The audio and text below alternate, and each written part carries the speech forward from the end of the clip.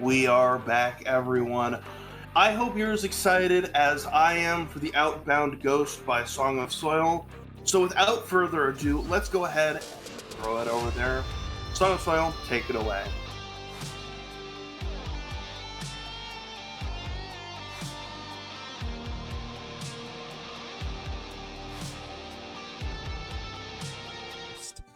So this game is published and developed by Conradical Games. Now you're going to notice as I say that in the bottom it says Digerati on the main menu. Now I'll explain more of why it says Digerati and why they're no longer the publisher in Chapter 4, as this is going to be quite a story of a come-up of a small developer. But in this game, you take over the role of a ghost who is trying to figure out how an entire town was poisoned through the water system. Now, as you go through, some things start to pop up, and you start to get signs that there might be more going on than has been led to believe, and you take over multiple characters through the total span of 4 chapters. And in that 4 chapters, you'll start to piece together the story that your memories aren't actually real, and that the bad guy might not actually be different than you, because you might actually be the bad guy. So we'll go through and I'll explain more about that in the game. So I'm going to explain the settings and how we get the run started. So if you go into the settings, you're going to see some accessibility options such as damage taken, damage done, XP multiplier, and difficulty. So we keep all of this at 100% and we drop the difficulty down to easy. Now the reason why we do easy is because enemies take, more damage, they have less health, it's faster, yada yada. Pretty self-explanatory. Now if you keep going down, you'll see even more, like spawn apparitions. Now what that is those are the enemies of the game. So if you just want like a story-based game and you don't want to fight enemies, you can actually turn this off and enemies won't spawn anywhere. You can prevent death, so you can't ever actually lose any of the fights. The skip skill gauge allows you to get perfect hits every single time without having to time them. But inside the 80% run, we don't allow any of these except the faster hold to skip dialogue, because who wants to go through all the dialogue of a story-based game? So, we get a hold a button. So what we're going to do is we're going to make sure that the faster hold to skip is active, spawn apparitions is active, easy, and then all 100%. Now, from here, there's going to be some different... We're going to always put this at 60 frames. Now, the reason why anything above 60 frames starts to make the cutscenes act a little weird because of how the game works, and you actually end up losing time if you have anything above 60. So we just cap ourselves there. It makes it fair for everybody. I always show my frame rate, and then if you go down, there's this thing called Draw Grass. We're going to disable this. The reason why I disable Draw Grass is because it allows you to see certain boxes, mounds, and collectibles much easier, so searching through all like the high grass, the wheat, and other stuff that you'll be crawling through. So I'll make sure that's turned off, and then from there, we are all good. I also have the stop bush muffling noise because I don't like the noise. It causes like distortion in the way you move when you're going through bushes, and the noise is just really annoying for viewers and runners alike, so we just turn that off. Alright, so with that, we're going to actually get into the run. I'll give a countdown before the timer starts. So I'm going to overwrite this save data. I'll turn it on easy. And then if you ever do buy the game, it comes with a built-in randomizer. So you can actually put like figment randomization, enemy randomization, aspect randomization, and you can start the game with all figments unlocked, and then other things like that. So you can actually do a whole randomizer run just in the game itself if you wanted to. Another thing about the game is that they're actually remaking it. There's going to be another game coming out called the Outbound Ghost, the Reborn Edition, which is going to recreate all of the combat, the graphics, and some of the story because of some certain things that I'll explain in Chapter 4. But with that, we're going to get into it, and I'm going to give a countdown, and on go, the timer will start. So in 5, 4, 3, 2, 1, go.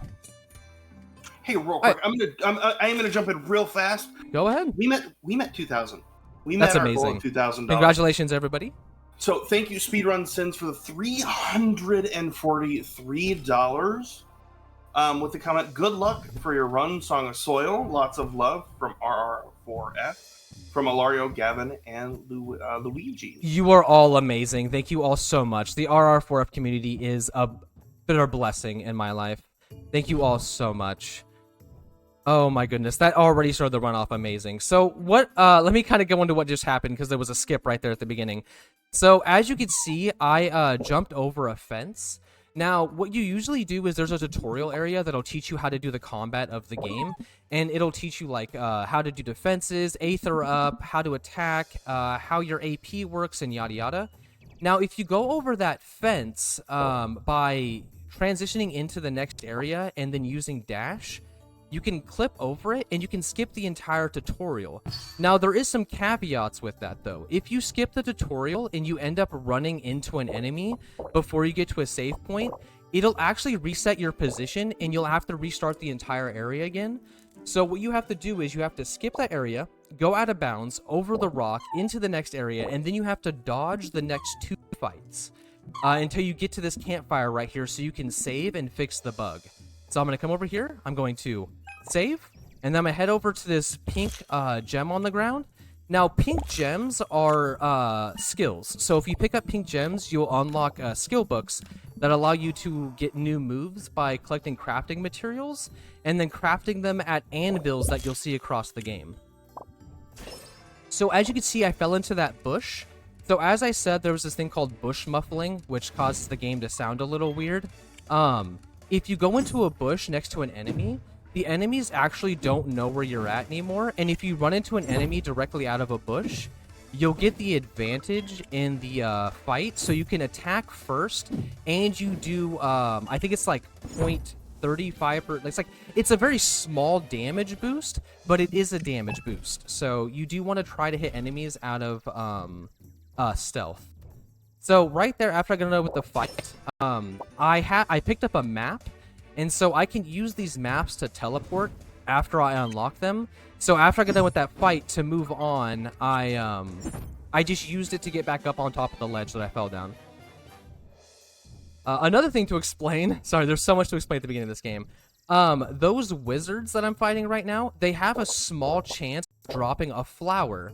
So what runners do is we try to fight the first mage that we see in hopes that we get a flower. Sadly enough, I didn't get one, which is okay. It just means that there's going to be a fight later in the run that's going to be a little bit slower than normal.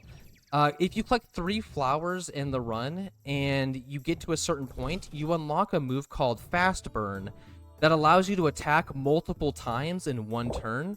And we use that for a fight, but I'll have to just collect another flower later, and then the rest of the fights will be a little bit quicker, so. In this area, I'm going through the grass, and I just picked up a farm key. So that farm key isn't useful right now, but later in the game, I'm going to come across a farm that's going to be in a town, and there's going to be a chest behind all of the wheat. Once I open that chest, it'll give me 3 dirt, and I need as much dirt and respite as possible, which are crafting materials, so I can make these things called spooky gauges. Spooky gauges increase my attack by 25% on perfect hits, and I can equip 3 of them to my figments. So that's a 75% increase on all of my attacks as long as I get the crafting materials to make them. Now that is RNG, so I might have more, I might have less, depending on how RNG goes.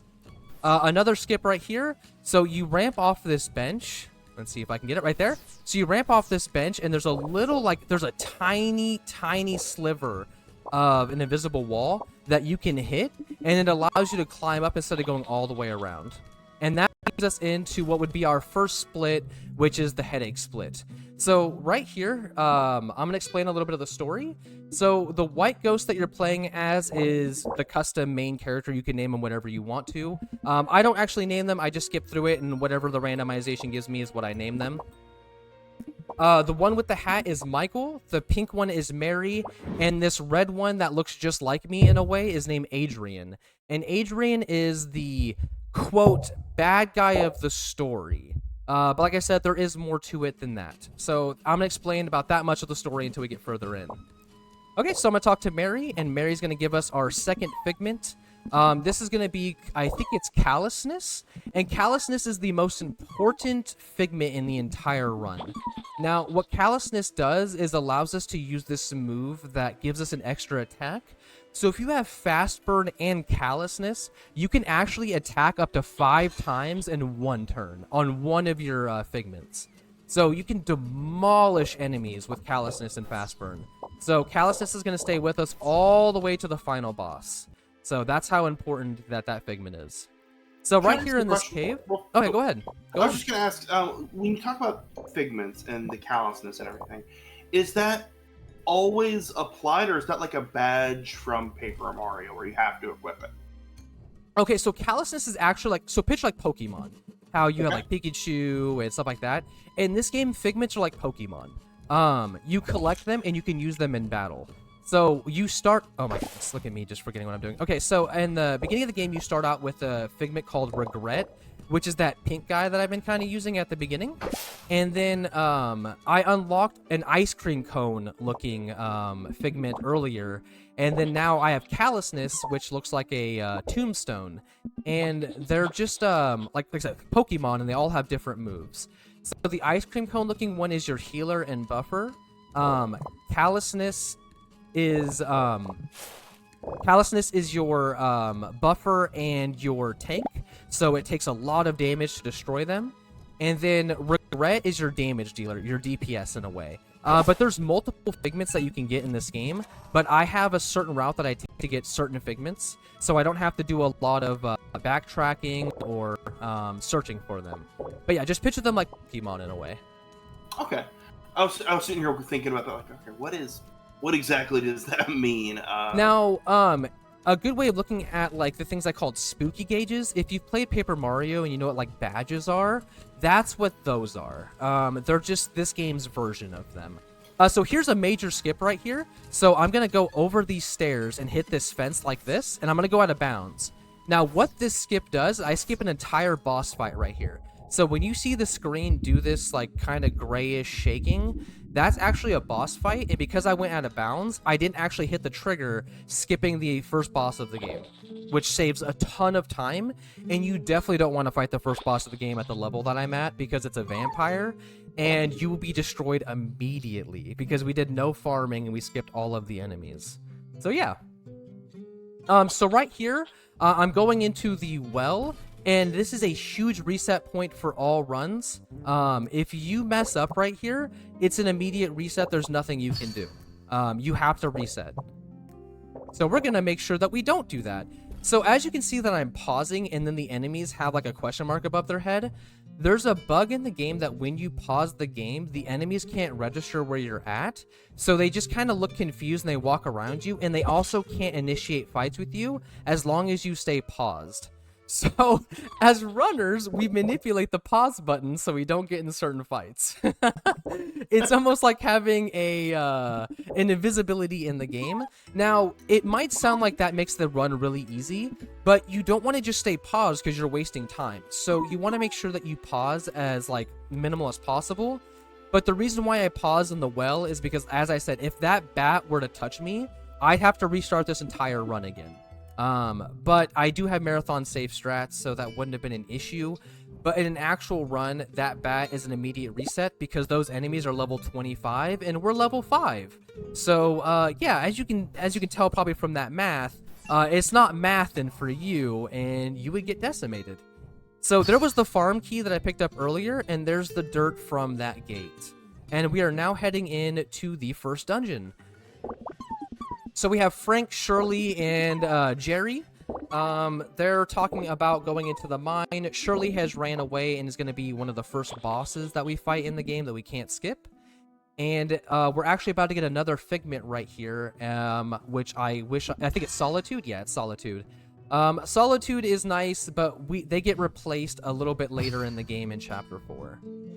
Alright, so let's head into the first dungeon, which is the caves. So you can see all of the nice little mushrooms in the cave.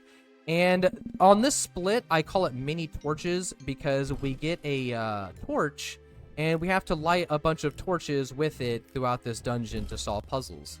So right here, Gary's going to give us a torch, and that's going to start the actual dungeon once we get past this gate. And in this dungeon, we need to collect 3 keys, defeat 3 certain enemies, and fight a boss.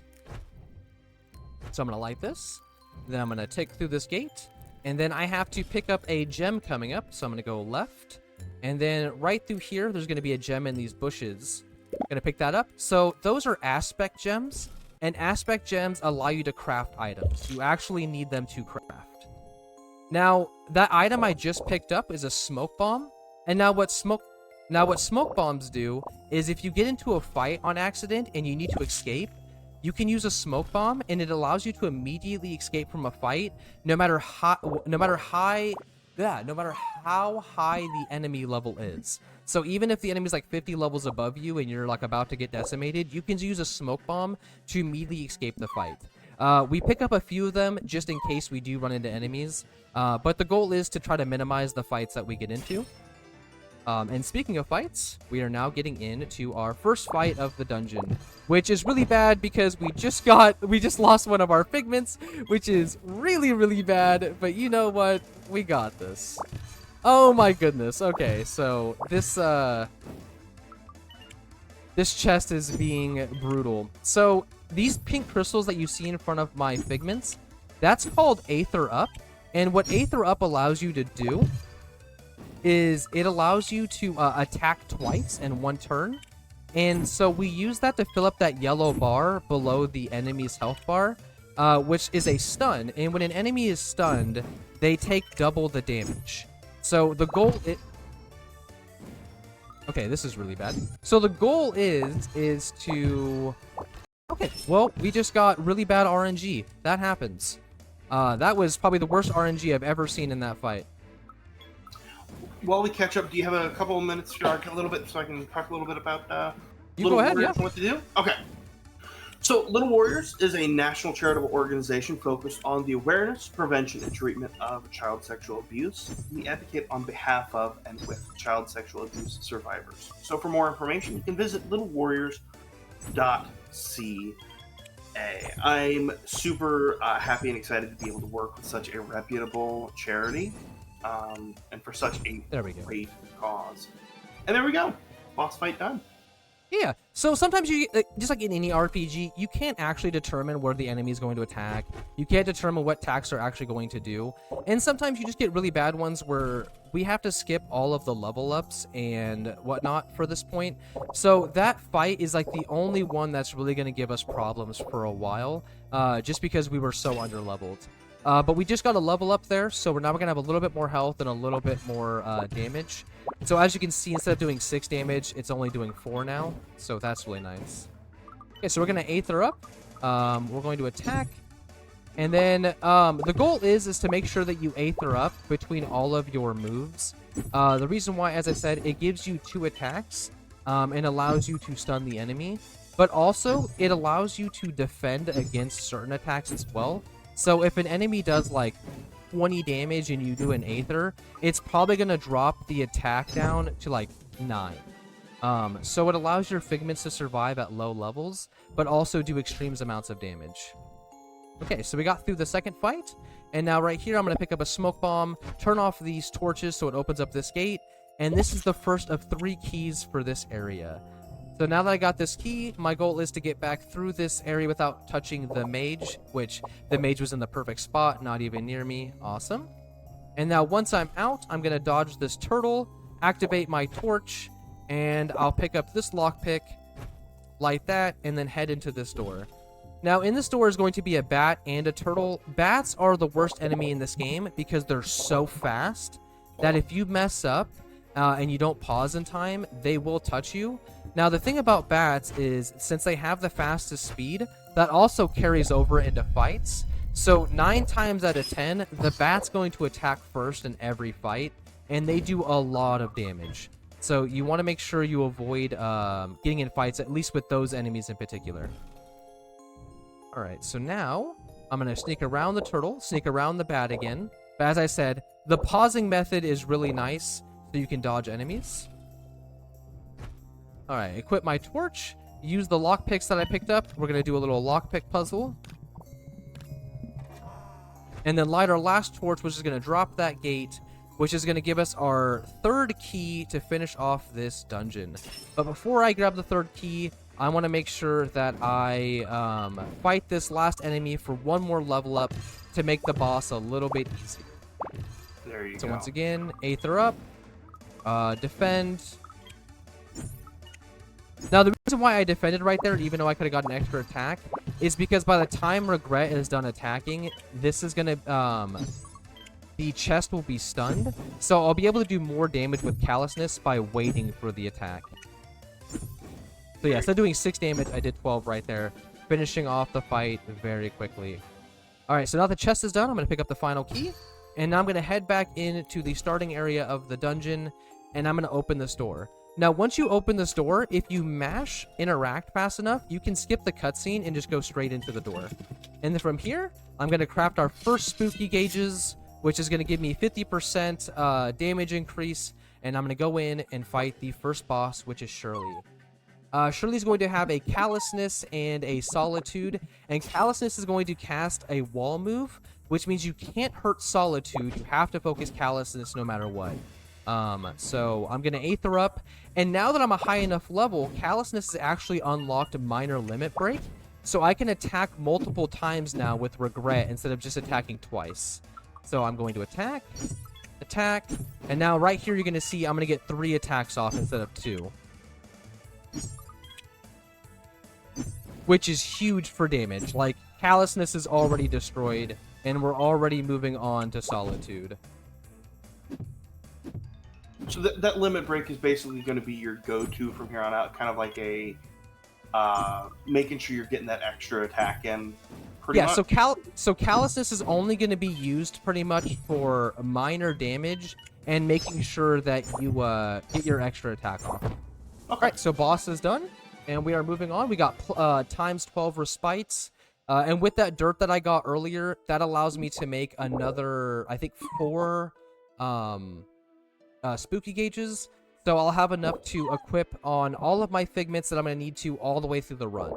So we get all of the items we need pretty early into it, so 20 minutes in and you don't have to farm anymore. Or at least you don't have to pray for RNG, except flowers, but there's actually a set path, so even if you don't get good RNG on the flowers, there's 3 flowers in the entire run that you can gather outside of fights, which you need exactly 3 flowers to make fast burn. So it works out perfectly even if you get really bad RNG. You're just going to lose up to like 30 seconds because of the fight that you have to do. So, alright, so dungeon's complete, and we are now moving on to one of the biggest skips in the entire game, which is called Wall Climb. If you have anything that you want to say, you're more than welcome to. We have about a minute before I get to that skip.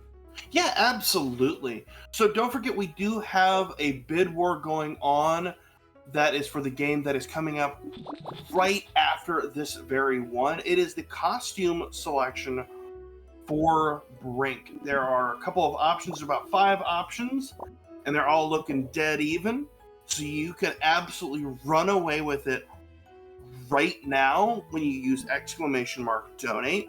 Don't forget that you can select that bid war, as well as making sure that we pet the horse in Shadow of Colossus. If we make that happen, that will be excellent. I would love to see the horse get pet. Get the horse some love. What is the horse's name in Shadow of the Colossus? I don't know, but all animals need love, so give the horse love. I am actively petting my cat, who has decided to come join me in the hosting booth. Also, huge shout out to the Brink runner coming up, because Brink is such a cool speedrun. So I remember when it came out as a multiplayer game, and I was like, oh, okay, yeah, whatever. But now that people are starting to speedrun it, it is a blast to watch. I'm actually excited for that, so good luck to whoever's running that after me. That is Joker and NBZ. Good luck, Joker and NBZ. Alright, so right here is one of the biggest skips. So in this cutscene, I switched over to my shovel, and I'm going to collect this key. This key is going to be used in Chapter 2. Because of how items work, there's a way to share IDs. I'll explain that in a little bit. So right here, I'm going to hit this invisible wall, which kind of sticks out barely past this rock. And I'm going to go out of bounds, and I'm going to fall all the way down out of bounds. And by the way, that skip is very easy to do. I'm not even kidding. All you do is hold left and dash. That's it. There's nothing to it. There's no frames, no nothing. It is the easiest skip you can possibly do in any speedrun ever. So it's literally what I'm doing right now, holding left and dashing. So anyways, while you're out of bounds, I'm going to head over to this slope right here, and I'm going to dash and hold left into this rock, and this is called rock climbing. And I'm going to go all the way back in bounds, and what this does is it skips the entire area. I don't have to collect 2 keys. I don't have to do any of the battles. I don't have to go through the gate. I don't have to do any of the boss stuff. Nothing. I literally just go out of bounds, straight up this wall. And the only reason why this trick even works is because this tree right here. Once you pass this tree, there's a cutscene that starts, and it drags you back in bounds. If that tree wasn't there, and that cutscene wasn't right there, this trick wouldn't work. And I just saved about like 15 minutes. There you go. I was gonna ask, how much time did that save? Oh, it's huge. Like you skip so much because this whole area, you're supposed to do a couple combat things and then gather a key, and then you have to go all the way back around and go. Nah, you just drop, climb, you're done. No one has time for that. Yeah, no, ain't no one got time for that. So right here, I'm gonna get another figment, which is gonna be one of my most powerful figments. It's an AOE figment. For anybody who doesn't know what AOE means, it means area of effect. So when I attack with this figment, I will actually hit multiple enemies instead of just hitting one enemy. And as you can tell from what I said earlier about spooky gauges increasing my damage, yeah, I'm going to be equipping some spooky gauges on my AoE person. So they do 75% more damage with their AoE attacks, which is just brutal towards the enemies because they have no way of escaping the wrath that is lightning bolts. Also, this is a new area. This is the swamp. So in the swamp, my goal is to get from, as usual in speedruns, point A to point B, but there is a boss fight that I can't actually skip in this area. So we will actually see a boss fight other than, oh my goodness. By the way, the fact that I was able to, the fact that I was able to make so many spooky gauges is actually incredible. I have 6 spooky gauges. We are rocking damage right now. I was not expecting this good of RNG inside the run. So, blessed. Thank you so much, Prevent-A-Thon, for the amazing RNG of 6 unspooky gauges. And so that's 25 per unspooky gauge, correct? Yeah, so now 2 of my figments do 75% more damage. Which usually that's not the case at all in these runs. So, we're about to demolish this boss real fast. So once I get up here, you're going to see the screen do the whole blurry thing, and there used to be a skip, but the developer didn't like the skip so much that they patched it out. So, it's in the game now. But with the damage I'm about to do, I don't think this is going to be an issue. So right here, once again, Aether up. I did not mean to defend. That was an accident. So anyway, here's the AoE attack. So it hits up to 3 enemies, and there's can only be 3 enemies per fight anyways. So, yeah, it's just really unfair.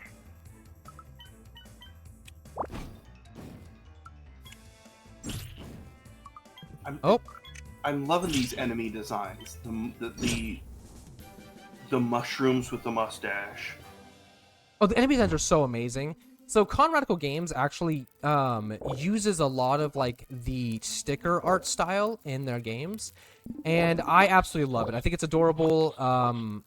It's very simple, yet it's easy to design distinct characters with it. Yeah, so all of these ghosts they are simple, but they have such unique identification for them, and I think I'm here for that. Oh yeah, 100%.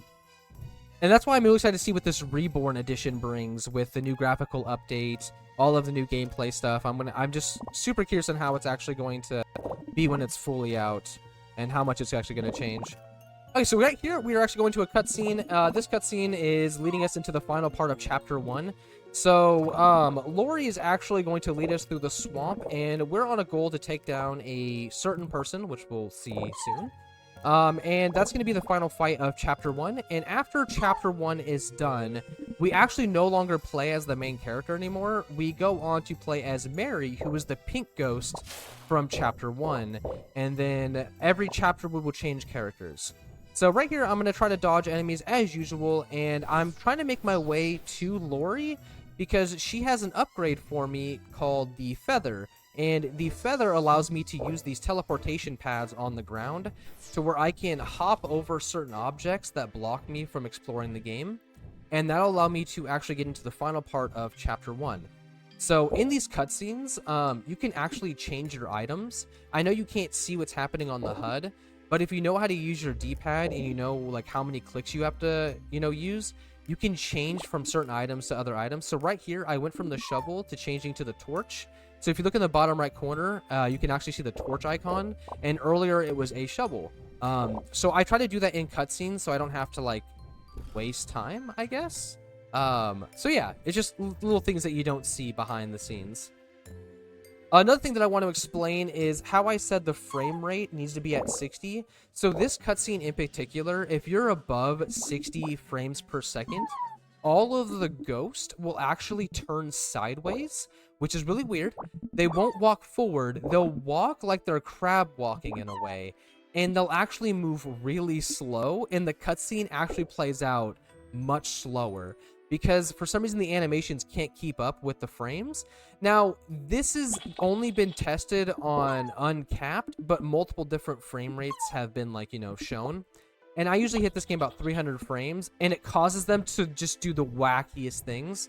And I end up losing, I think, 3 minutes in total throughout the entire run because of how the animations play out in the cutscenes, which is just wild. I kind of want to see that. It's like, I kind of need to go find a video of this. And I don't know why it's tied to the frames at all. Nothing else in the game that I could see running on higher frames is tied to that except the animations during cutscenes. And once again, I have no idea why. I am not a programmer, but it's very weird. So right here, I'm trying to get I'm going to pause twice. So you'll see me pause and unpause and not move. So the reason why that is you'll see an exclamation point appear above the enemy's head. Now there's a chance when it a question mark appear above its head. When you get the question mark, there's a chance that it'll actually turn around. And sometimes you want the enemy to walk, a different way. So it'll pop the question mark and sometimes it'll go left even though you want it to go right. So all you have to do is keep pausing and unpausing until it pops the question mark again and turns around. So it's just a way to manipulate enemy movement so we don't have to get in fights that we don't want to get into.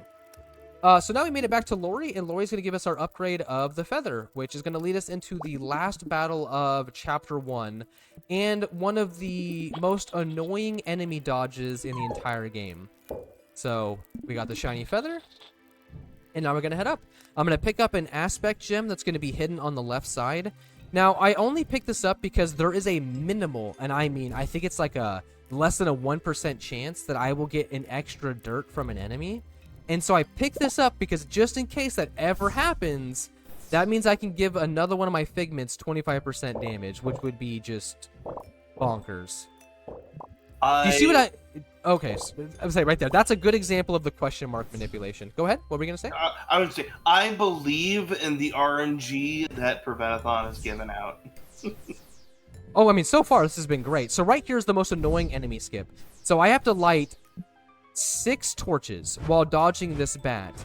Now, as I said, bats are the fastest enemy in the game, and so if you let it touch you, you're gonna fight. Okay, well, you know what? We got to a fight. I was trying so hard. I was like looking at the mini map and I was like, no, it's far away. But like in a blink of an eye, the bat can just fly across the screen and touch your character. And the way the camera moves when the cutscene happens, you can't actually see where the bat is at, and it takes your mini map off the screen. So you have to just keep pausing and unpausing and praying to RNGesus that the bat is going to be on the right side of the screen and not on the left side. And you also want to hope it's not in the middle of the screen, because if it is, it'll like pretty much teleport to you and immediately start the fight. Okay, so we're going to start the boss battle. The boss battle is always going to do the same moves. So when I do my Aether ups, all these enemies are going to do is power themselves up. So power up. Oh, it missed. It missed its own power up. That's so funny. And then power up. Okay, so now I'm going to use minor limit break. And then our goal... Okay, our goal is to not attack the one with the tornado around it. It's to attack the one in the middle. Now, the reason why we attack the one in the middle is because that is a healer and a buffer. And we definitely do not want the healer to survive at all. Yeah, I see what you mean by that lightning attack, just shredding enemies. Oh, it's amazing. I'm all here for it. Okay, so right here is going to be really dangerous. I'm probably going to end up losing... Oh, actually, never mind. It looks like I had really good defense. So with that wind ability that the enemies have equipped on them, they actually do damage back to you, and there's a high chance that it can do a lot of damage. And so, let's say both of them would have got their buffs off, and I would have used my lightning attack. That means I'm taking double rebound damage back from my lightning, so my AoE attacker would have perished. And I'm always expecting that to happen, because the chances of the enemy missing their buff, I don't think... I know they're always saying this in marathons. I've never seen that happen before. But I'm going to be honest, I don't think I've ever actually seen them miss a buff. Because it's not an attack, it's just a buff.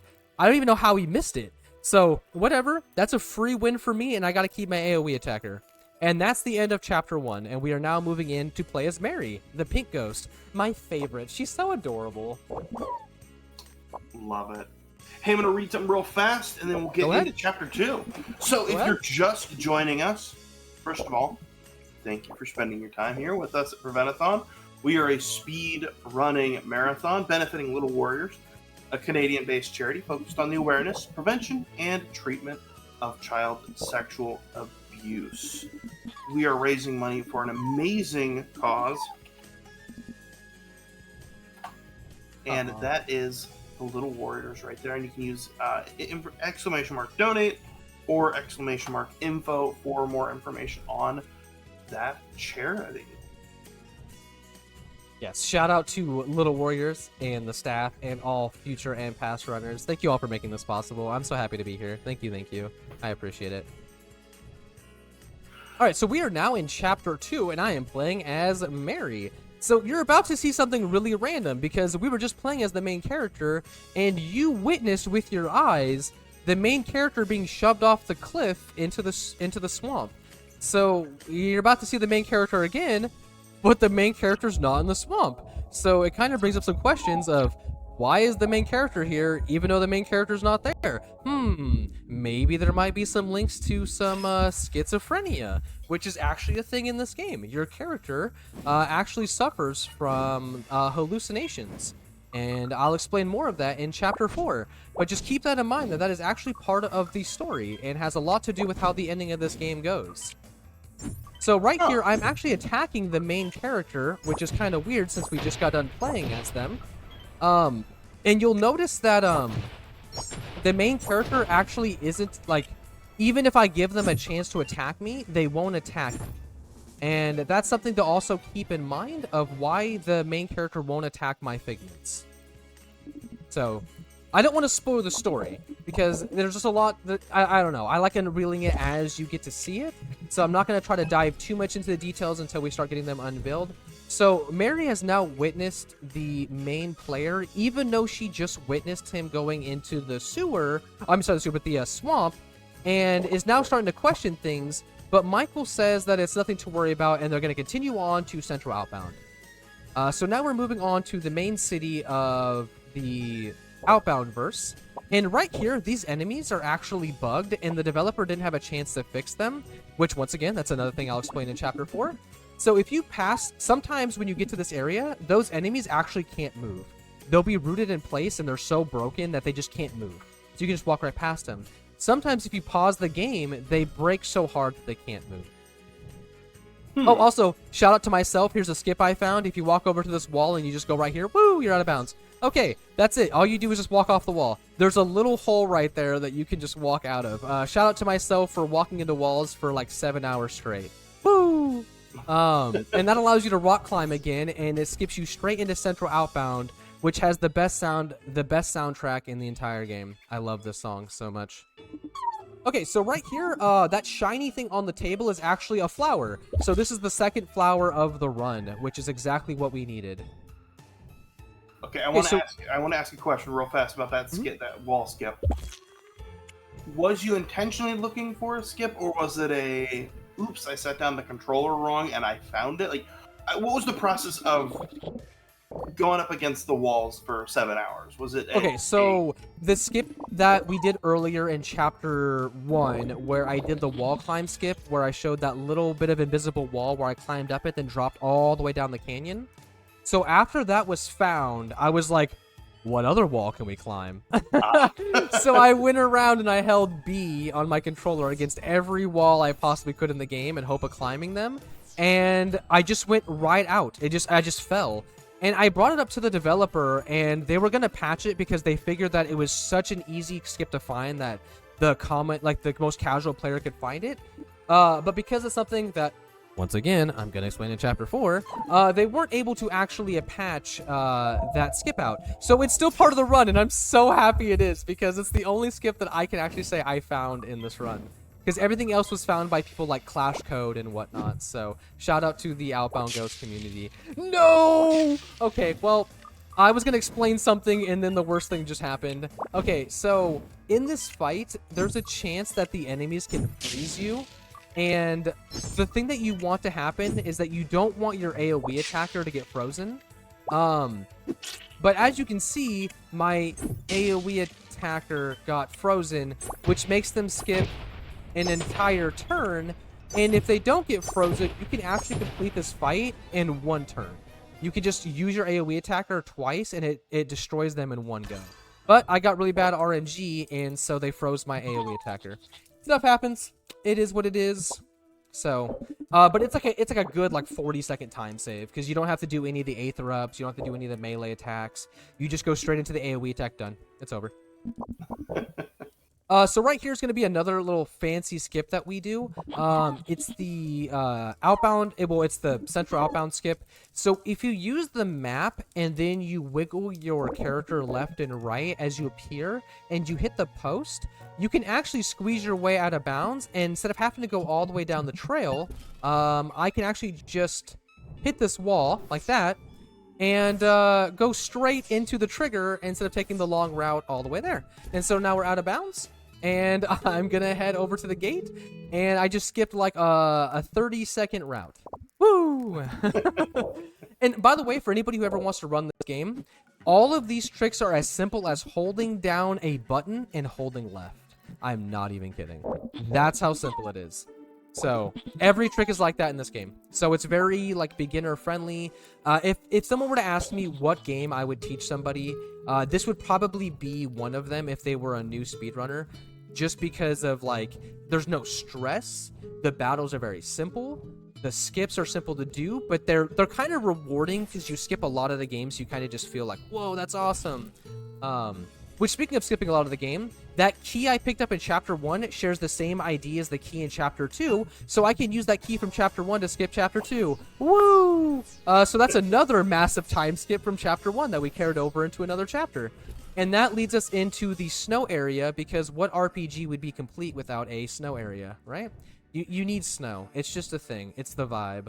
Yeah. So in the snow area, this is what I like to call holding dash as my split, because nothing happens all the way through the snow area. So if you have anything you want to read, donations you want to talk about, questions, you just shout it out. Couldn't have asked for a better layup right there. I was gonna try to work that in there. Oh, you go right on ahead. Want to talk about the upcoming bid war. We do have the bid war for Brink coming up. I personally have a favorite. It is called Jesse. It looks like a cowboy. And I am all about that cowboy vibe. You had mentioned earlier about how some of the skips are super simple, and you know what? Actually, speaking of a skip, I'm gonna cut you off for 2 seconds. This is the skip that can hardlock the game, and if I mess it up, we have to reset the entire run. Keep going. Okay. Okay, yeah. So this is the one that'll reset 40 minutes of the entire run. We're gonna pray for that not to happen.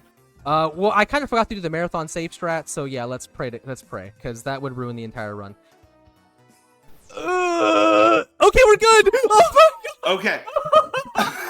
Okay, I'm so sorry. I didn't do the marathon save strat, and we just ruined 40 minutes of a run. So we're good. I can't tell you how pale I am right now. So keep going. Okay. So when you put in your donations, make sure to select those bid wars and the target of petting a horse. I personally would really love to see the Jesse outfit for Brink. It is super simple, and again, everything is in CAD, so the exchange rate is amazing. It's minimum $1 CAD, which means it's about 73 cents USD. So if you put 20 USD into the donation, you're actually donating $27.40 via that money magic. So, mate, let's try to get that Jessie outfit unlocked and put that in, and we'll get there right there. I definitely want to see that happen. Yes, please get those donations in. That would be awesome. Also, to explain how that trick worked, is I climbed up the tree, and as I dropped down, there's 3 invisible ledges that you have to hit perfectly, and I'm not even kidding when I say perfectly. One mess up and goodbye run. And that's not like you can just turn the game off and go back into the run. It deletes your save data. So what it does is you hit the 3 ledges, and you're floating in the air. If you hit the cutscene by bumping into the ledge wrong, it'll bump you into the cutscene, and your character gets stuck in a floating animation, and you can't do anything. I mean, literally nothing. You are stuck. So you have to just restart your entire run and delete your entire save data to make it work again. So glad that we got that to work without me messing it up. And also, someone in chat just said pale as a ghost. Yes. I turned pale as a ghost because I forgot to save the game before doing that trick. And that would have probably been the biggest upset in Marathon because I couldn't complete the run if that happened. Woo! So, we're good. We're going. The heart rate is lowering. We're good. Also, so this is the most powerful attack in the game. I'm going to see if I... Nope, okay. So I thought maybe I got another flower from the cactus boss, but like I said, I didn't get another flower. Sag. So I picked up that book and it gave me fast burn. And to explain fast burn is... So as you can see when I do my battles, I'm able to attack twice. Now, if I use Callus's ability, I can attack 3 times. Now, with Fast Burn, it allows me to have 4 attacks, and that's not counting Callus's upgrade. So that means I can use Fast Burn and Callus's ability for 5 attacks in a row. So that would have saved a ton of time in this upcoming fight, but once again, RNG is a thing, and we didn't get 3 flowers. So, oh well, things happen. So this is an unskippable cutscene. Nothing can happen right here. So to explain what's about to go down is I'm going to end up going with Linda, which is another ghost, and she's going to lead me to this castle kind of in the background. It's like inside the wall. It doesn't look like a castle, but it kind of is. She's going to lead me over there, and then she's going to ambush me and attack my character. And I have to defend myself, which is where the fast burn would have came in use. But the strat is now, since I don't have the fast burn, is I'm going to focus on the healer and pray that the healer doesn't use the heal over time, the hot attack. And that allows Jealousy to steal the hot, and then they both have a double heal over time ability, which will cause the fight to go on for an extra minute, so they don't have fast burn. So let's hope that I don't end up getting that type of RNG. And this is why we put estimates 10 to 15 minutes above what you're supposed to, because you never know how runs are gonna go. As a runner of a game that has a little bit of RNG element, I can respect that. Oh yeah, so here we go. I'm gonna go up these stairs, and Linda's going to attack me and send out 2 enemies on me. So as usual with all the fights, I'm gonna Aether up because this allows me to get 2 attacks, take less damage, and I got a debuff, which isn't bad. Could be worse. And they didn't use the heal. For some reason, she buffed me. I don't know why. I don't know what's up with that NPC. So, cool, I guess? That's I the don't thing know. that can happen is the enemy just decides, you know what? You need a buff today. So as I stated, a couple things will be explained in Chapter 4. The game didn't get some of the updates it should have gotten. So some random things can happen, such as enemies deciding that they're your best friend. I feel like that actually adds to the charm. Oh, it does, because like I said, there's many things going on behind the scene with the story about, like, hallucinations and things. So some of these characters might not be who they seem. You might not be who you seem. So, all right. So there's the Linda fight, which should have ended about, like, 5 to 7 attacks ago. But It is what it is. Okay, so now Linda's going to give us the other buff and healing figment, but since we don't use any healing or buffs in this run other than Callus's extra attack ability, we don't worry about any of the figments that we start collecting throughout the run. We actually have the team that we need until the very end, except one figment, but we don't unlock that figment until the hardest part of the entire run, which is jealousy. And jealousy is a straight up monster because it can steal buffs and it's just as strong as regret. So not only can it hit hard, it can actually debuff all of the enemies going forward, which is just super awesome. All right, so now we met up with Michael, and we have Linda with us. So we're about to hit a cutscene where Michael gives us a key. And the funny thing about this key is it's supposed to unlock a gate, but because of developer oversight, this key is completely worthless, and I'll show you why in a minute. So yeah, we're gonna talk, give it a key, and then we're gonna head into the Desert Dash area, which is gonna lead us into the final part of Chapter 2, and we'll go into Chapter 3, which is the fastest chapter of the entire game. It maybe takes 5 minutes to complete, and then we move into the longest chapter of the game, which takes about 40 minutes? So, it's like 35, 40 minutes. So, if you look up into the top right, you'll see I got Roland's key, and now I'm going to fly off these stairs, and I'm going to avoid using this key by going around the fence.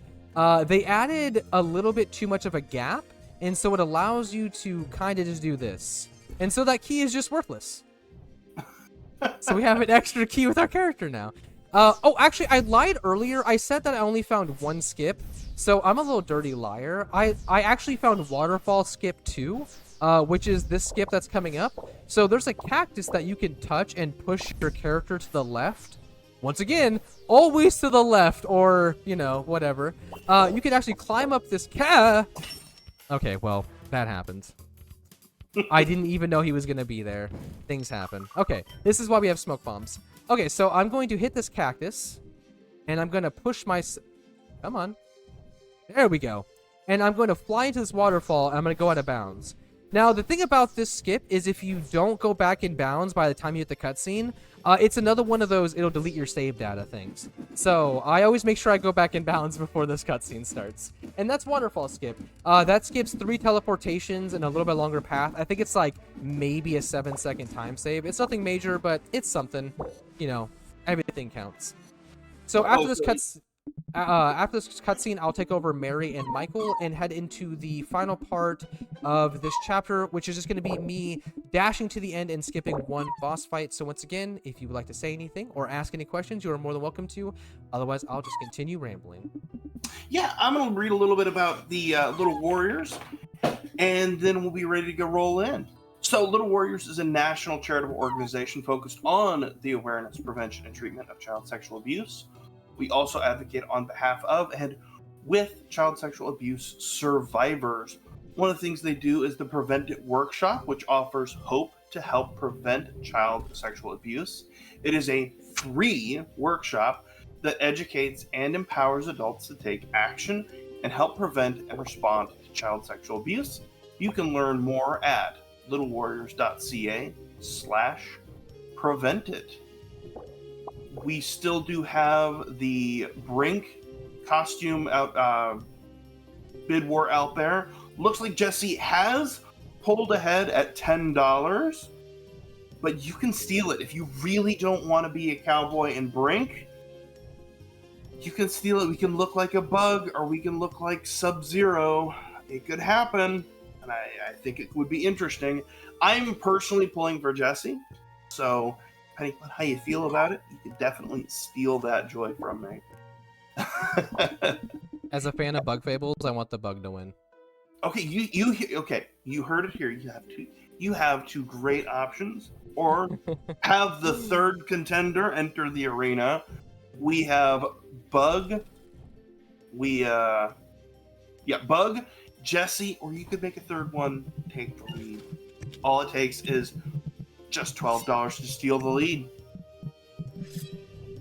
And of course, we could always pet the horse. $90 more for that. And that run is rapidly approaching. That'll be right after Brink. So we don't want to miss out on petting aggro, as everybody in chat let me know. Aggro the horse. We stand aggro.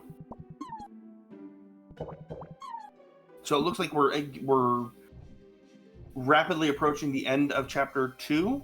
You said? Yeah. So actually, we're moving into the second to last scene of chapter 2. So in this scene right here is actually going to be a boss skip where we used to fight the cactus boss, but I'm pretty sure I could be wrong. If Clash is in chat, they can correct me. But I think Clash was the one that found this, where instead of pressing left, you press right up against this cactus, and you can skip the boss fight. Whoa. This tech might be a little too advanced for me. Yeah. I'm just saying, we're no longer going left anymore. We're going right, so get your brains wired to change a whole 180. So this trick wouldn't actually work either if it wasn't for this little spot right here that allows us to climb up this wall to get back in bounds. I don't know how these tricks just end up perfectly coming together with like the most minor little clips to get back in bounds, but they did. And it just kept the run so alive for so long. And then we're about to get to chapter 4, so I'm gonna have a really long story to tell about this game and why the community is no longer around and why there's a new game being made. Here's the end of chapter 2. This is the end. So Michael and Mary are about to get raptured. They have found their meaning in life and have come to terms with what has happened. Now, the thing is, though, is once Mary and Michael get raptured, now the enemies are going to take the form of Mary and Michael because you're going to see them everywhere because, once again, you are hallucinating. And Mary and the main character might actually be the same person. You start to get little hints of that you might actually be misremembering things in your journey that you have made up to make amends for what you did. So I won't delve too much into that a little bit further. But yes, so now the story is Mary's gone, Michael's gone, they've been raptured. They have come to terms. The main character still hasn't, but still sees Mary and Michael everywhere. And Adrian, who's the main villain, can also still see Mary, Michael, and the main character, which doesn't make any sense anymore because they shouldn't be there. Also, what a ninja. That guy was like right behind, like the rock. He was like hidden. Wow, stealth master over here. So that wasn't supposed to happen. So he was supposed to dodge all the fights up this point. We're coming dangerously low on smoke bombs. I usually try to keep like a couple with me, but we only have one more. So if I run into any more fights, it'll be the last fight I can skip. And then after that, it's going to start coming into time losses as I will have to start fighting my way out of these battles. So I'm going to hope to not run into any more enemies. Just things happen. You can't ever prepare for enemy placement. It's always random. Especially because like if you lose a couple seconds here and there, then they could be in one spot that you're used to and a different spot the next time. As you can see, Mary and Michael now are following us, and our goal as Linda and the main character is to head all the way back to Ravenhold, which is that area with the castle, and we're supposed to meet up with the group of people and go to Central Outbound to head to the train station, because we're trying to cut Adrian off at the train station. So this chapter could actually be like 20 seconds long, but the developers took away the use of map teleportation in this chapter. Sad. And not to mention, even if you did have the use of it, if you skip any of these like dialogues, you can't actually beat the game because they're considered story triggers. And so, okay, Mary, are you really not going to turn around? Wow. Anyways, so every one of these dialogues that you see that happen in the game are triggers that allow you to continue forward. If you miss a single trigger, then the other triggers won't activate. So you can't get cutscenes to happen. You can't transition into next levels. You can't transition into the next chapters. So even as much as we have found skips to go past certain parts, they're just not viable because of how the flags work in this game. So you will see me go like back through certain areas, even though I don't have to. The game is like, well, you kind of do, just because I want to send this one little text dialogue to you. Okay, so we're almost done with chapter 3. All I have to do is climb up this diamond, hit the teleportation pads, and meet up with the group. And then I'm going to teleport back to Central Outbound. And I'm going to use that trick I used earlier while I went through the wall. And instead of going left, I'm going to go right, which is going to lead me into the train station. And I will have to fight Adrian. So another thing I want you to notice during that fight is that Adrian, even though he's the main villain, quote unquote, he will not attack your figments and will actually buff them and heal them. Which is kind of what the main character did. Huh, why would the main character do what the villain's doing? Why are they doing the same things? Are they the same person? Who knows? We'll find out. So yeah, we're about to head to the train station to go fight Adrian. And that'll lead us into the final chapter where we have to collect, I think, 9 memories, something like that. And in that area, you will see a lot of the same things you've kind of seen through this run where it comes to like tricks and skips, which is why I'm going to explain a long story about this game. So you can have something more to look at than me going through walls again. Right. Couple things, unless you got something, couple things before we go into the long story. I think it would be a good idea to kind of read a little bit about that. But I do have a question, maybe a guess, as I've never seen the end of this story, so I am taking a wild guess, but my guess is all of the characters are actually the main character, different fragments of their memories, and as they are basically letting them go, they're coming to terms with who they actually are. Anyway, don't know the end of the story, just a random guess shot in the dark. Please don't tell me if I'm right until the very end. As everyone in chat who actually knows the story goes, ooh, I think I know. Or, you know what? Actually, you know what? You can tell me if I'm right or wrong in a donation. Nope, we're going to keep it a secret. In a donation message. You can tell me in a donation message. I'll read it. Amazing. Hey, you know, I'm here for it. Okay, so you're doing a little boss battle, correct? Yep. Okay. And then you'll get into the long story. So I'm going to use this time to read a little bit about one of the other programs that Little Warriors offers. And then we should be ready for the little bit of story. Sound good to you? Yeah, go ahead. You can read it because we got a little bit before anything happens. We're about to move into the most dangerous part of the entire run. Go right on ahead.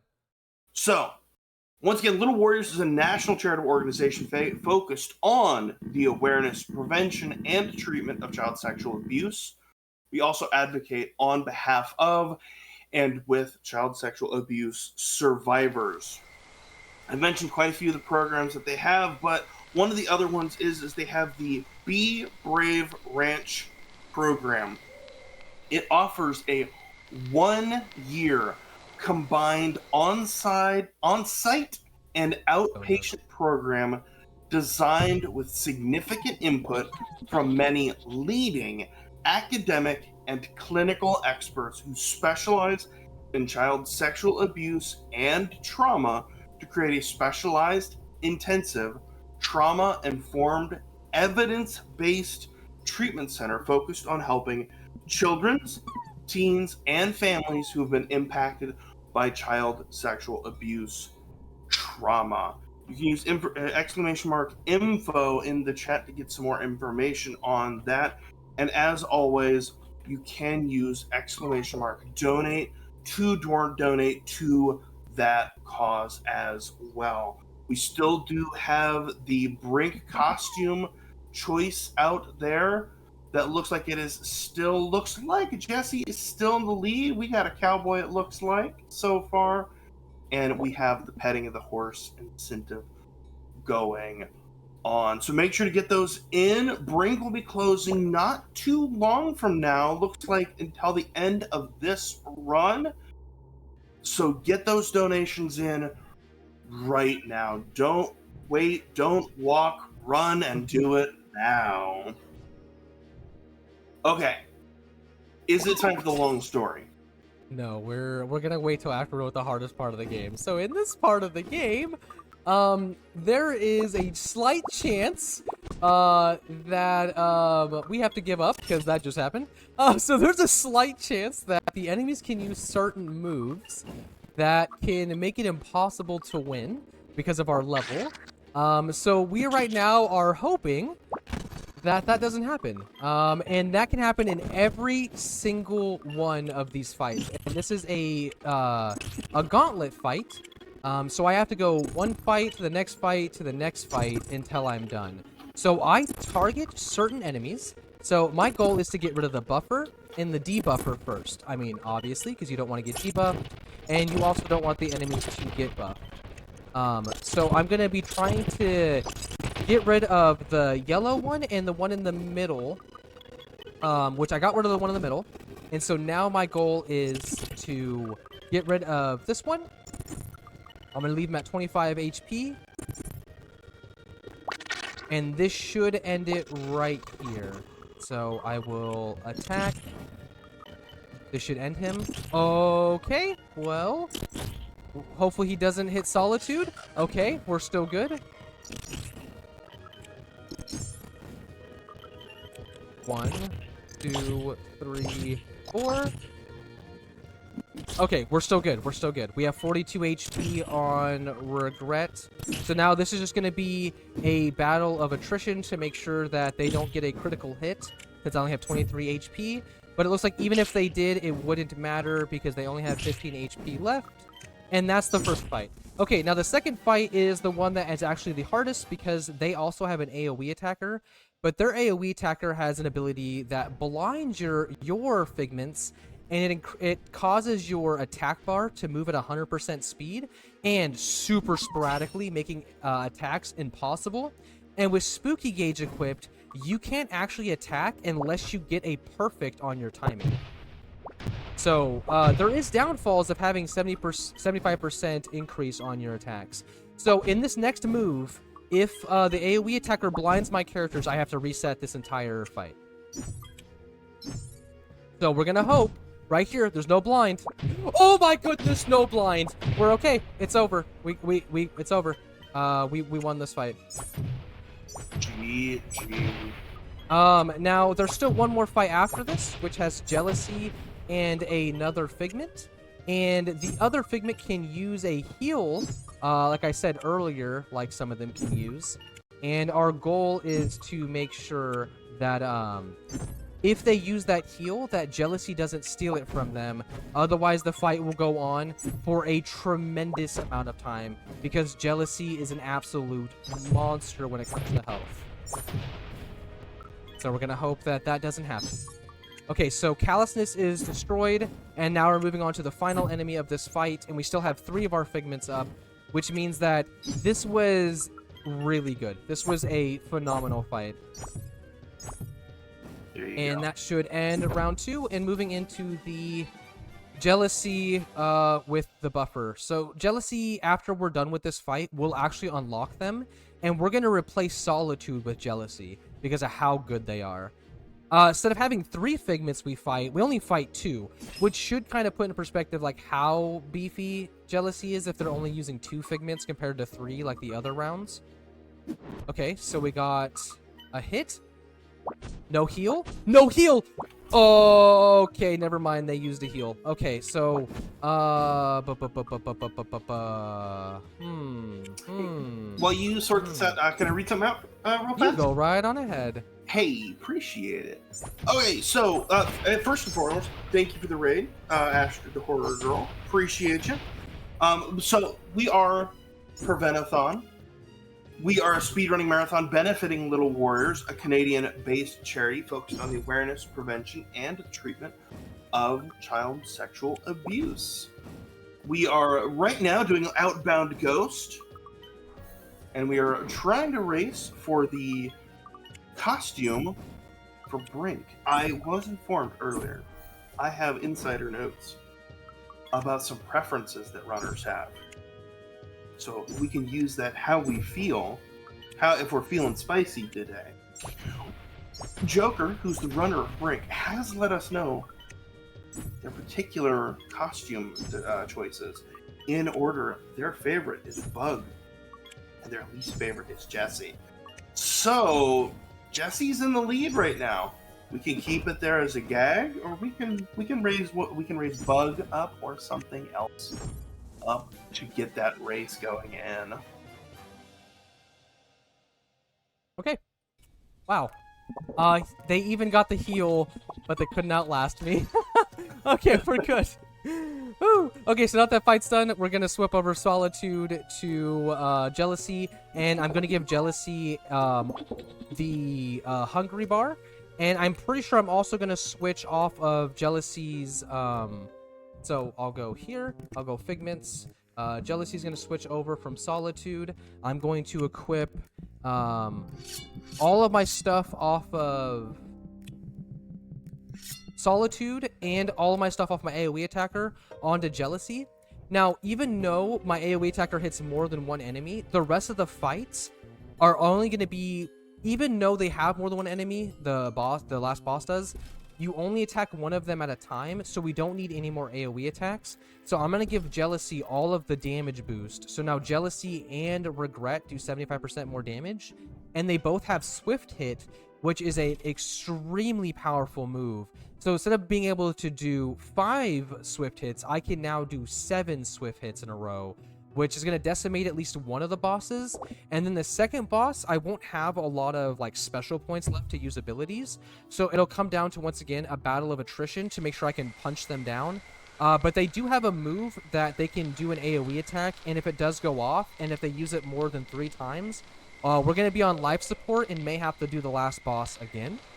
So we're going to just hope that doesn't happen. We are now moving into the memory number 9, and we're going to go into an area that I think is really cool.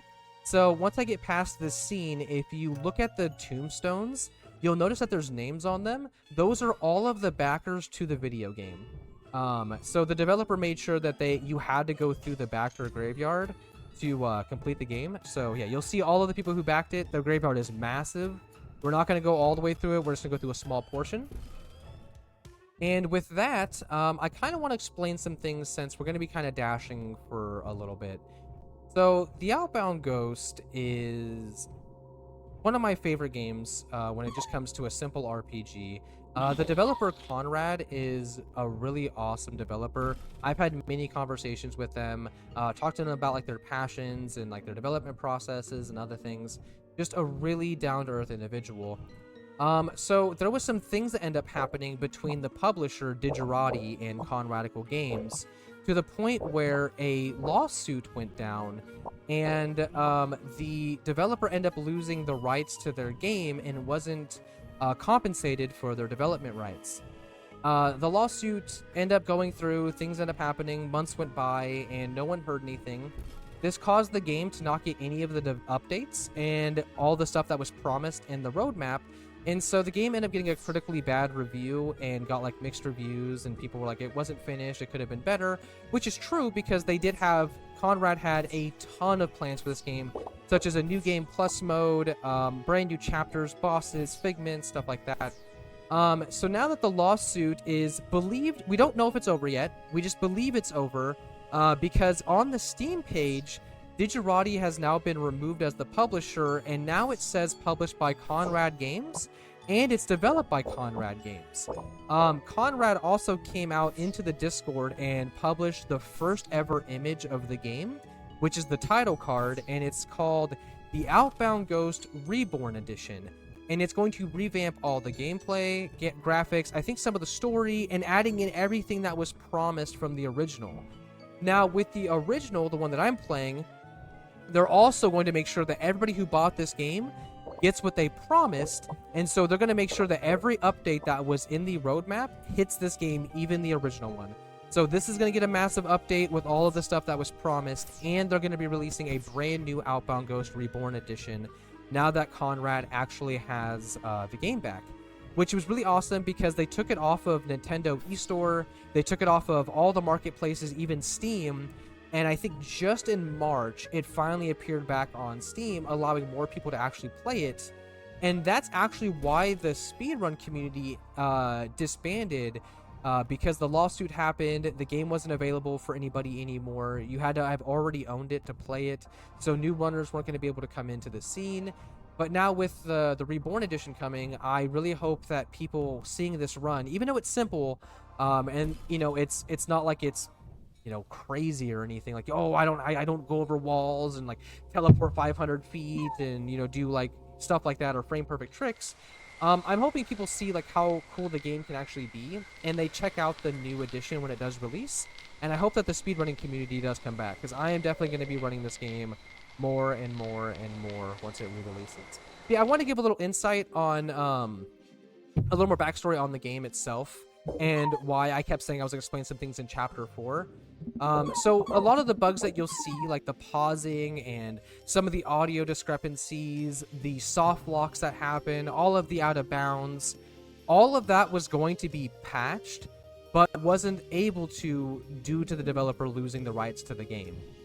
So I'm really excited to see what's going to happen with this version. I don't know if I'll go back to running this after they update it, or if I'll just jump into the new edition itself. But yeah, I'm really excited to see what happens. But yeah, that's a little insight on the story. That it's always interesting to hear the creator getting their game back. Yeah, and nothing against Digerati. I hope everybody knows that. Nothing against Digerati at all. I think it was just some misunderstandings on some things that end up happening, and just that's game. That's the game world. We see it in Microsoft happen with some of the companies being closed down and whatnot.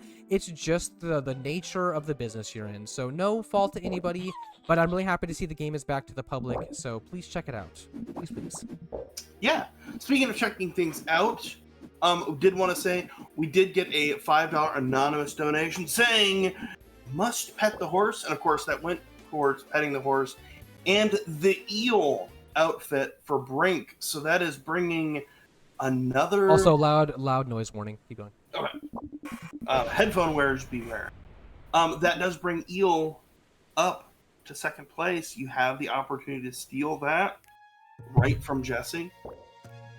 So make sure to go check that out. You can definitely do that now. Want to read one little blurb about the Little Warriors programs that they do. By the way, you just take your time. You Yeah. do what you need to. Okay. So one of the programs that they do is the Be Brave Bridge Intensive. It is a comprehensive online program that connects specialized counselors and coaches with children, teens, and parents impacted by trauma who might not otherwise receive timely mental health support. That to me, I have a lot of friends who work in mental health advocacy, and that is what they say is one of the hardest is for kids and youths, and teens, and even whole families as a whole. So to see a organization who are able to put together such amazing programs for everybody from children, teens, and parents, that is so appreciative of, and as a parent, I'm super excited for that, that they are able to put together such an amazing program. And you can definitely get some more information by using !info, and you can donate towards them with !donate as well. Make sure that when you donate, you are able to select a bid war and a target. So you're able to choose those costumes for Brink, which is coming up right after this.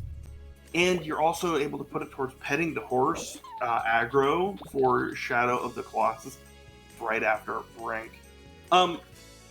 Midnight brings up a very good point. The exchange rate, as I've been personally calling it, the money magic. The money magic is real. So $1 CAD, because this is a Canadian-based charity, so all the donations are in the CAD. So $1 CAD is about 73 cents USD. So that means if you're in the US, you only have to donate $14.60 USD in order to donate $20 CAD to the cause. So that is money magic right there. I'm fairly confident somebody could explain it to me later on how the exchange rates work, but that is practically magic to me. And if you're in the US, $1 USD is about $1.37 CAD, which means if you're in the US and want to donate $20, you know what? You'd be contributing $27.40 CAD to the cause, and you can put that towards those costumes and petting the horse. So I would highly recommend go do that right now. Go check it out. Go check out the donations and the charitable cause. And we understand, money may be a little tight. So if you're not able to do that, just sharing this charity with your friends and family, that would be amazing.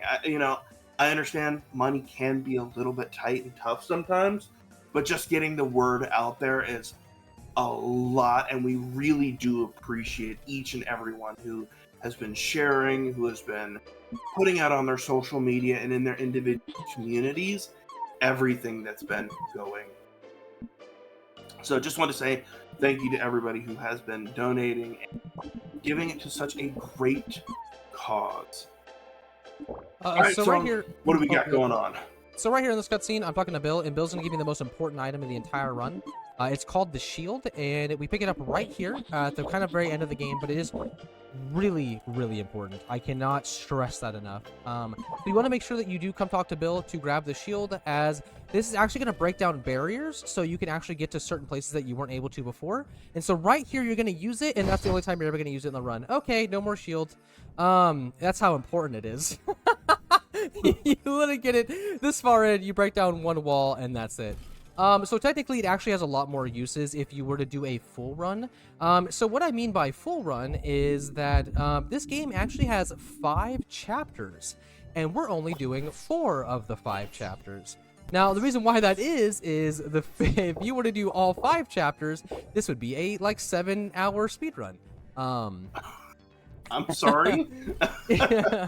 So what chapter 5 includes, which is a good time to explain it, is that you take over as a whole new character that you have never seen in the run. Well, I guess you can see him if you go into a certain building earlier in the run, but you take over as them, and your goal is to collect the 5 Apex Figments. You are all level 70 plus, and we're completing this run at level 22. So that means to actually complete that run, you would need to grind up the levels to be able to take on the figments, while also collecting all the other figments to get to the alpha figments. So you have a lot of collecting to do, a lot of roaming to do, a lot of stuff to gather. It takes a long time. And I'm going to be 100% honest with you, I have never even attempted to play Chapter 5. I've never beaten it. I've never even moved the character more than 4 steps in Chapter 5. Because the moment that I saw that I had to go back, and I was like, oh no, and I just have never gone back to do it. So I don't think anybody actually in the speedrun community has completed Chapter 5. Clash can actually tell that in the chat if that is correct or not, but I don't think anybody has actually gone through to even attempt to beat it because of how long it actually is. So that's intense right there. Because the game, once you complete Chapter 4, you'll get an ending, and it'll say the end on the screen, and then a few moments later, a question mark appears at the end, and then the credits play, and afterwards you just appear as another character, giving you a chance to go back through the world, collecting everything you missed, and getting the Apex Figments. Which I'm really hoping in the reworked edition that they kind of just add it into the story instead of making it a post-game thing. Because it kind of came out of nowhere, to be honest. So, but yeah, so this game would be really long if we were to do everything. But we do skip a lot in this game, as you can see from the fights, the bosses, and whatnot. So huge shout out to all of the routers of this game from the community who came through to figure out all of the story flags and how to skip them in a way that we don't soft lock or hard lock the game. This run was very, very hard to route due to how the flag system works. So I'm actually surprised that there's as many skips as there is in this run. Yeah, so huge shout out to them. We're actually moving into a new area we haven't seen in the run. We're actually going to meet up with our best friend, who actually is the one that had Jealousy to begin with.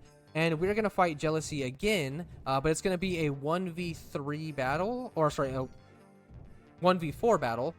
And this Jealousy is actually super buffed. And once we're done with that, we are all done with all of the fights until the very final boss, which is actually very difficult, to be honest. Really excited for that. But we're going to make our way through. I'm going to try to dodge all the enemies here, using the feather to skip this area. Once I get into the next part, this is where the Jealousy upgrade is going to come in handy. So as I took off... Okay, well, I guess that happens. We now have no more smoke bombs, so this is now going to become a very risky run. So I took all of the badges, as you can say, off the Figment for my AoE attacker and put them on Jealousy. And this fight is actually one of the main reasons why, is I want to be able to get Jealousy into a stun position as fast as possible, because Jealousy has this move to decrease its stun bar. And you really don't want that to happen, because if you can't stun the enemy, you're only doing normal damage. And that can actually lead to you losing some of your most important Figments, especially with Jealousy, who hits really hard. So once again, starting the fight out, Jealousy's actually going to attack first because Jealousy's faster than everybody. And then we're going to use Aether up. We're going to defend instead of using our attacks. Okay, so for some reason, it looks like Jealousy does not like my AoE attacker and has taken away its buff. So that's something. So instead of doing a lot of damage, I am now going to be doing very minimal damage. But that's still okay, because the damage isn't important as getting that yellow bar filled. And it's been accomplished. So now they're just going to have to sit there and take a ton of damage without being able to fight back. Ooh. Okay, it's over. Okay, so Jealousy's done, and that's the final fight until the boss. Now our goal is to get past the last 4 memories. Now one of the memories actually isn't anything, it's a cutscene. So when we get to that part, I'll let you know, and that's another great moment to jump in, because I literally do nothing. It's an entire cutscene that just kind of shows how the main character was shoved into the swamp by Adrian. Alright, so now we're heading up to the captain, and the captain's going to put us on the boat, which is going to send us off into a previous area. And we're going to slowly make our way up to Raven again. Now, when we get on our way to Raven, you're going to notice that there's a bug that happens. There's not going to be any audio in the game when it comes to music, which is kind of odd. We don't know why it happened, because there used to be music there, and then the music just, like, doesn't work anymore. And I don't even know if a patch happened. I really don't know why the music does not work. So you're going to notice that being kind of a weird thing. But there's also going to be a skip I'm going to show off that we were actually able to use much, much earlier in the run. But Clash, I'm pretty sure, once again, found one of the flags that you're not actually able to use that skip, because you skip one dialogue box. And because that one dialogue box, it soft locks you for the rest of the run. And so that skip could have been used to get past another boss fight, but the bridge you have to actually cross. So right here, you're going to see me go into the area. I'm going to climb up on a rock, and I'm going to dash at the right moment to where I get enough hang time to where I clip over the out of bounds area and I fall directly into the canyon. And then when I get to the wall, I have to position myself at an angle so I actually get enough speed to climb it. If you hit the wrong area, you'll actually climb up it a little bit slower, but you also have a chance of losing your grip on the collision, and you just fall all the way back down. So there's a little spot that I'm going to hit. So right here, I'm going to hit this rock, climb up it, and then dash over this fence, which allows me to go out of bounds.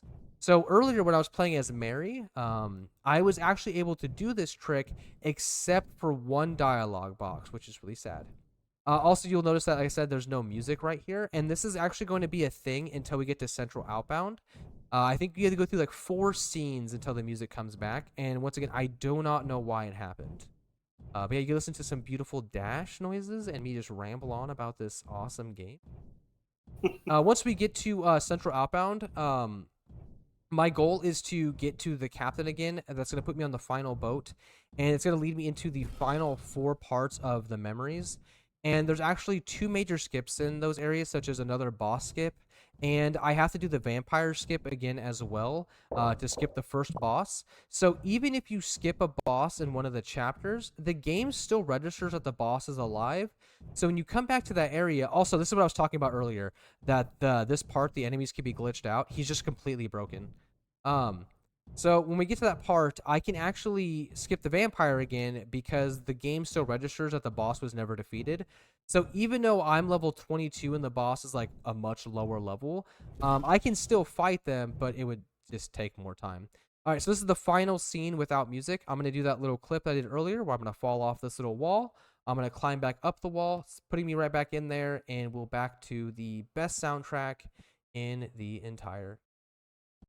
I'm really hoping that I have good RNG in the final part. I noticed I'm level 22, but I also noticed that I didn't get one of the upgrades I was hoping for. So the last boss actually has this ability where they put this smoke ring around themselves. So I'm explaining this now because in the final boss fight, I'm going to kind of let you talk just because it's more of a focus time. So I figure I'll explain it now. So they're going to put this cloud around themselves, and this cloud is an automatic one-hit KO. So if I hit the enemy that has the cloud on them, it'll automatically destroy my pigment. But Jealousy, for some reason, has an immunity to it and is actually able to use the move Pickpocket on the boss and can actually steal that ability from the final boss. Now, the catch is you'd be like, oh, well, so the final boss is going to hit you and then be destroyed. For some reason, even though you can Pickpocket the ability, Jealousy can't actually wear the ability. So I actually cannot one-hit these bosses. Even though the game technically will allow it, Jealousy for some reason has a bug that just does not allow him to wear it. There's also another move as well that you can pick up early in the run that I'm going to experiment with at some point if I do come back to the game, called Mimicry. And Mimicry allows any of your figments to take the form of any opponent you're fighting, even the bosses. So you can actually have a figment with Mimicry while you're fighting a boss, and you can transform that figment into the boss figment and use every one of the moves that the boss has. And I'm curious if I can use Mimicry, because we've never tried this out, at least in my knowledge. If you can use Mimicry on the final bosses and use their attack, and then finish the boss fight in less than like 2 moves. It's never been tested, but it's something that I really want to try out. And I honestly don't know why. Oh, right there. Even Clash says, not to my knowledge anyway, I know I haven't. Which Clash is another one of the main runners for this game when we were actually running the game. So apparently that might be a major time save that no one's actually tested out. We just found out that spooky gauges were the way to go, and I think we were all like, okay, that's the meta. We're never changing it. Spooky gauges for the win. So right here, we're back inside the first village that you saw me get into in the beginning of the game. Now, this would actually lead to the mines, or to where you have to do the out of bounds for rock climbing again. But right here, we're actually going to skip another boss fight by going up these stairs and doing a quick 180 as we climb up them. Oh, first try. Wow. Okay. Come on. Come on. Give it to me. Give it to me. Give it. Ah! Okay, there we go. All right, so we're out of bounds. And you're going to see the screen kind of do that boss thing again. I'm going to hug these trees to get over. And then I'm going to ramp off the side. And I'm going to mountain climb my way back up out of bounds. To skip the boss trigger, I'm going to go around this wall. And I'm going to position myself to clip in about right here. And it skips the boss, sends me into the next area. And that fully completes this memory without having to do any boss fight or any of the other nonsense. And this leads us into the final part of the game, where I'm going to go back to this village, do the vampire skip, and then I get to fight the final boss. So to explain what's about to happen is I'm going to appear at the ending of the first cave of the game, and I have to make my way back to the village, do the vampire skip, and then it's going to send me back to Adrian's house. So the story of the game now is that you've seen that while we've been playing Adrian, we just went back through all the areas that the main character went through. You've now learned that Adrian either followed you, or technically you are Adrian. And the final boss fight, you'll see Mary and the main character have many, they'll look very different. And the belief is that that's like your inner demons. And every time someone raptures is another part of... So once again, I'm going to tell you that you were right. Everybody who raptures is another part of you that makes you more understanding of what you did. Because the thing is you're the one that poisoned the village. You're the one that got rid of everybody. And you're in denial of it, which is why the first figment you get in the game is regret. There you go. It all comes full circle. Everybody is you. You're just trying to figure out what you did and come to terms with it, that you did one of the worst things possible as a human being. So yeah, you are technically the bad guy in this story. from down the lane, I guess that one. I mean, it's a pretty obvious story. It's very convoluted. Like, even if you go through and read everything, it's so convoluted, which is one of the big downfalls of this game. As you could tell, the story was it's not bad, but it wasn't like written really well. So I'm hoping that kind of gets fixed, because there's like a lot of things like, is that really the truth? Is it not the truth? But for my assumption, everybody is you. You are Adrian. Adrian poisoned the city, and the main character and everybody that you play as, it's kind of like your inner demons, and you're trying to like justify your actions. But as you journey through, you realize that your actions can't be justified, which is why you start picking up figments of your imagination, such as regret, callousness, and stuff like that. So yeah, that kind of explains a lot of the stuff. All right, so there's the vampire skip going behind. And after I transition into the black screen, this will be the very final fight of the game. And after the screen turns black after the fight, that will be time for the run. So we're now going to move into the transition area. You are more than welcome to talk about anything that you want. This fight is about 3 minutes long. Yeah, absolutely. Appreciate it. Good luck on the fight as well. Want to give a quick update on our bid war player outfits for Brink. It looks like Jesse is still $5 ahead at $10, and Eel is right there in second place. So if you want to steal for Eel, you totally can, or you can have a third runner-up take the win, or make sure to secure Jesse in the lead. Again, I do have the insider knowledge that Joker's preference is Bug, the Bug outfit. So if you want to make that happen for Joker, you definitely can, or we can put Jesse even further ahead, because that is their least favorite or last choice of costume. So we can make that happen using !donate. Speaking of !donate, we do have some other chat commands that can be used. First and foremost, we have the restream command that lets you know about our restream partners who are doing such an amazing job. We're able to restream this whole thing in a different language. Like right there is the German restream of this stream. So we appreciate our partners who are able to put this in different languages for that accessibility options. The other one that I want to highlight is !schedule. That enables you to see what is up and coming to the rest of the so you can take a look and see, hey, I'm super looking forward to, say, Shadow of the Colossus or Brink, or who wouldn't be looking forward to Metal Gear Solid 3? I mean, it is a dream. So yeah, you can use those, take a look, see what you're excited for, tell your friends who maybe they're super into Metal Gear Solid, and be like, hey, at this time local, you can watch Metal Gear Solid 3, a speed run, all for charity, for a really good cause. So make sure to do that, see what you're looking forward to, and support the runners and the charity as well. So that is exciting. One of the targets that we have open right now is honestly one of my something that I'm super looking forward to, is petting the horse in Shadow of Colossus. Aggro needs some love. All we do in the game is just shout his name. Let's give him some pets and give that horse some love. We only need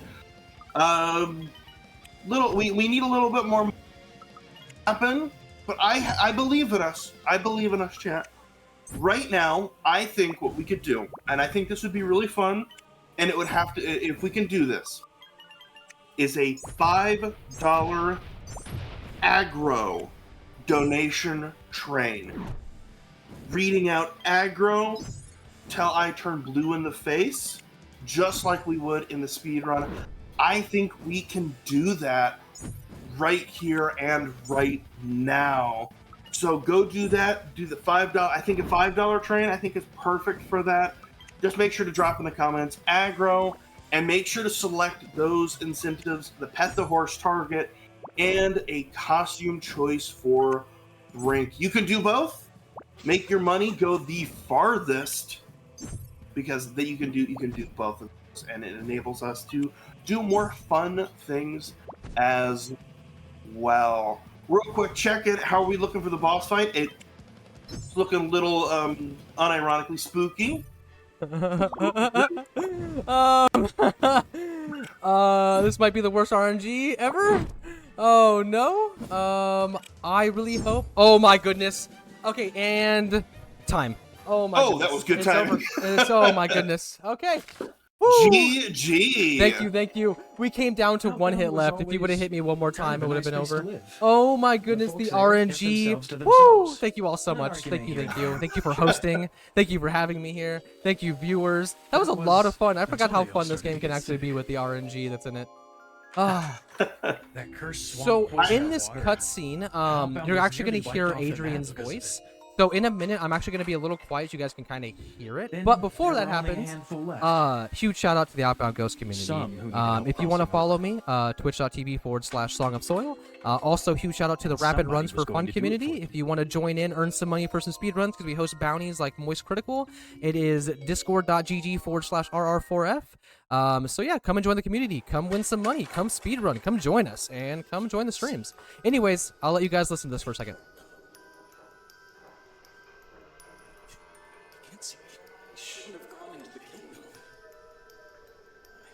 Shouldn't have gone into the cave. What have I done? What have I done? I don't want to remember. It was me. There you go. It was Adrian the whole time. But yeah, right here, as I said, the ending, and it'll go question mark, and then it'll play the credits, and then chapter 5 will start where you take over another character. But yeah, huge shout out to everybody. Shout out to staff, viewers. Shout out to the charity for Little Warriors. Thank you, DerrickGnC, for being my host. I'm going to stick around for the rest of the runs. I hope you all do too. And I'm outie. So Derrick, you can take over. Sounds good. Thank you so much, SongofSoil. Appreciate the run. I did get some information.